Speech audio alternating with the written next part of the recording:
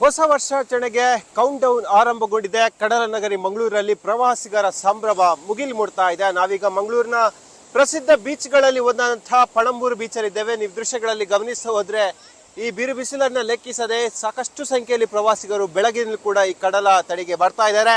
Panambur beach ಅಲ್ಲಿ ಮೋಜು ಮಸ್ತಿ ಆಗ್ತಾ ಇದೆ. ಪ್ರವಾಸಿಗರಿಂದ ಈ ಸಂಖ್ಯೆ ಮತ್ತಷ್ಟು ಜಾಸ್ತಿ ಆಗುವಂತ ಸಾಧ್ಯತೆಗಳು ಕೂಡ ಇದೆ.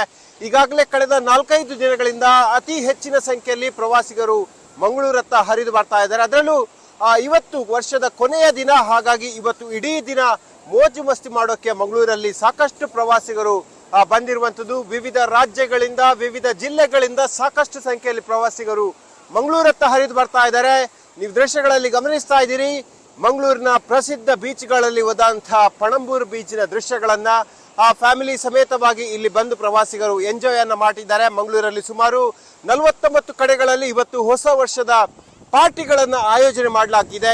ಈಗಾಗಲೇ ಆ ಪಾರ್ಟಿಗಳಿಗೆ ಬುಕಿಂಗ್ ಕೂಡ ಫುಲ್ ಆಗಿರುವಂತದ್ದು. ಹಾಗಾಗಿ ಸಾವಿರಾರು ಸಂಖ್ಯೆಯಲ್ಲಿ ಪ್ರವಾಸಿಗರು ಮಂಗಳೂರಿನತ್ತ ಹರಿದು ಬರ್ತಾ ಇದ್ದಾರೆ. ಈಗಾಗಲೇ ಸಂಜೆ ಸುಮಾರು 7:30-8 ಗಂಟೆ ನಂತರವಾಗಿ ಈ ಬೀಚ್ಗಳಲ್ಲಿ ಮೋಜು ಮಸ್ತಿ ಮಾಡೋಕೆ ಅವಕಾಶ ಇಲ್ಲ. ಯಾಕೆಂದ್ರೆ ನೀರಿಗೆ ಇಳಿಯೋಕೆ ಯಾರಿಗೂ ಕೂಡ ಅವಕಾಶ ಇಲ್ಲ. ಹಾಗಾಗಿ ಸಂಜೆಯ ಮುಂಚಿತವಾಗಿ ಎಲ್ಲರೂ ಕೂಡ ಬಂದು ಬೀಚಲ್ಲಿ ಆಟ ಆಡ್ತಾ ಎಂಜಾಯ್ ಮಾಡ್ತಾ ಇರೋದನ್ನ ಕೂಡ ನೀವು ಗಮನಿಸ್ತಾ ಇದ್ದೀರಿ. ಇನ್ನೊಂದು ಕಡೆ ಜಲ ಕ್ರೀಡೆಗಳನ್ನ ಕೂಡ ಇಲ್ಲಿ ಪ್ರವಾಸಿಗರು ಆಡ್ತಾ ಇದ್ದಾರೆ. ಅದರಲ್ಲೂ ಪ್ರಮುಖವಾಗಿ ಬೋಟಿಂಗ್ ಆಗಿರ್ಬೋದು, ಸ್ಪೀಡ್ ಬೋಟ್ ಆಗಿರ್ಬೋದು, ಇಲ್ಲಿ ಫ್ಲೋಟಿಂಗ್ ಬ್ರಿಡ್ಜ್ ಆಗಿರ್ಬೋದು, ಎಲ್ಲವೂ ಕೂಡ ಪಣಂಬೂರು ಬೀಚಲ್ಲಿ ಇರುವ ಕಾರಣಕ್ಕಾಗಿ ಪ್ರವಾಸಿಗರು ಅತಿ ಹೆಚ್ಚಿನ ಸಂಖ್ಯೆಯಲ್ಲಿ ಮಂಗಳೂರಿನ ಪಣಂಬೂರು ಬೀಚ್ ಹತ್ತ ಬರ್ತಾ ಇದ್ದಾರೆ.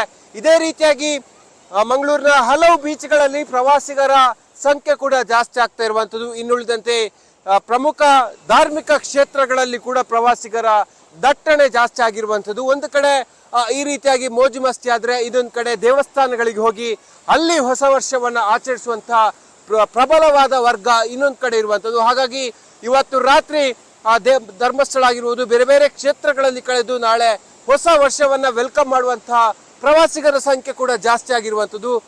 ನೀವು ದೃಶ್ಯಗಳಲ್ಲಿ ನೋಡ್ತಾ ಇರುವಂತದ್ದು ಇದು ಮಂಗಳೂರಿನ ಪ್ರಸಿದ್ಧ ಪಣಂಬೂರು ಬೀಚ್ನ ದೃಶ್ಯಗಳನ್ನ. ಹಾಗಾಗಿ ಇವತ್ತು ಇಡೀ ದಿನ ಪ್ರವಾಸಿಗರ ಕಲರವ ಬೀಚ್ ನಲ್ಲಿ ಇರುವಂತದ್ದು.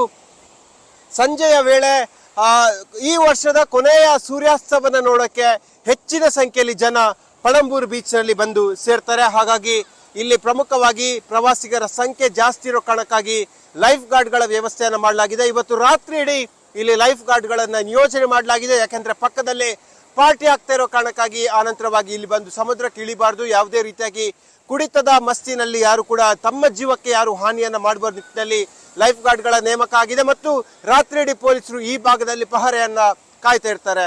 ಕ್ಯಾಮರಾಮ್ಯಾನ್ ನಿಖಿಲ್ ಸುವರ್ಣ ಜೊತೆ ಕಿಶನ್ ಶೆಟ್ಟಿ, ನ್ಯೂಸ್ 18 ಮಂಗಳೂರು. ಹಲೋ, ನಮಸ್ತೆ. ಇದು beach actually Mangaluru beach family ಜೊತೆ ಸ್ಪೆಂಡ್ ಮಾಡೋದಕ್ಕೆ ಚೆನ್ನಾಗಿದೆ. ಹಾಗಾಗಿ ನಾವು ವೆಕೇಶನ್ ಸ್ಪೆಂಡ್ ಮಾಡೋದಕ್ಕೆ ಇಲ್ಲಿ ಬಂದಿದ್ದೀವಿ. ಸೊ ಚೆನ್ನಾಗಿದೆ, ನೈಸ್ ಫೆಸಿಲಿಟಿನೂ ಚೆನ್ನಾಗಿದೆ, ಇಲ್ಲಿ ಫುಡ್ ಎಲ್ಲ ಚೆನ್ನಾಗಿದೆ. ಹಾಗಾಗಿ ಬಂದಿದ್ದೀವಿ ಫ್ಯಾಮಿಲಿ ಜೊತೆ ವೆಕೇಶನ್ ಸ್ಪೆಂಡ್ ಮಾಡೋದಕ್ಕೆ. ಈಗ ನ್ಯೂ ಇಯರ್ ಅನ್ನು ಹೇಗೆ ಸೆಲೆಬ್ರೇಟ್ ಮಾಡ್ತಿದ್ದೀವಿ?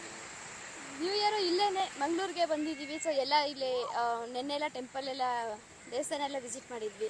ಇವತ್ತು ಸ್ವಲ್ಪ ಬೀಚಲ್ಲಿ ಆಟ ಆಡ್ಕೊಂಡು ಹಾಗಾಗಿ ಚೆನ್ನಾಗಿ ಸ್ಪೆಂಡ್ ಮಾಡ್ಕೊಂಡು ಹೋಗೋಣ ಅಂತ. ಇಷ್ಟು ವರ್ಷ ಎಲ್ಲಿ ಹೋಗ್ತಿದ್ರಿ ನ್ಯೂ ಇಯರ್ಗೆ? ಇಷ್ಟು ವರ್ಷ ನಾವು ಬೆಂಗಳೂರಲ್ಲಿ ರೆಸಾರ್ಟು ಅದು ಇದು ಎಲ್ಲ ಹೋಗ್ತಿದ್ವಿ.